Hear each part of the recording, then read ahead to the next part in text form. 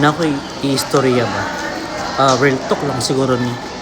Kung kinsa pa tong sakto-sakto lang bitaw ang mga kwarta, maputay kusog mo hataw yung mga tip kaya ni. Actually kadaghan ko kadawat og tip.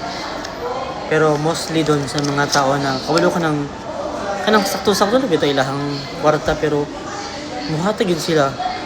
Dili pag ubalibad pud ka kay dili pud ilang ibilin man kay kabalo man kang sakto ra pud ilahang kwarta. Pero pag di mo dawaton yan ang iipit man so dawaton na lang.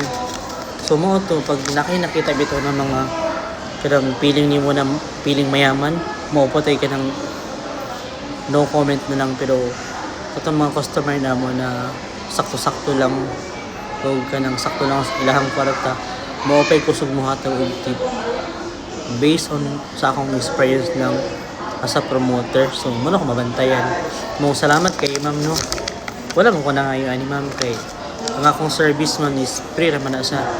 So willing yun ko mo assist sa inyo bisag wala mo nagpatog phone kung na may mga concern or mga problem pwede kayo kumutabang sa inyo bisag walay tip kani kay bonus lang ni ma'am kay grabe daw akong kanang paningkamot ba pag-assist sa iya ha, like sa kadaghanan gituan o giagian murag ako lang dito ang taas og patient like yung ma'am na makasabot sa iyang mga gusto i problema sa phone like mas makasabot bitaw kung si problema niya.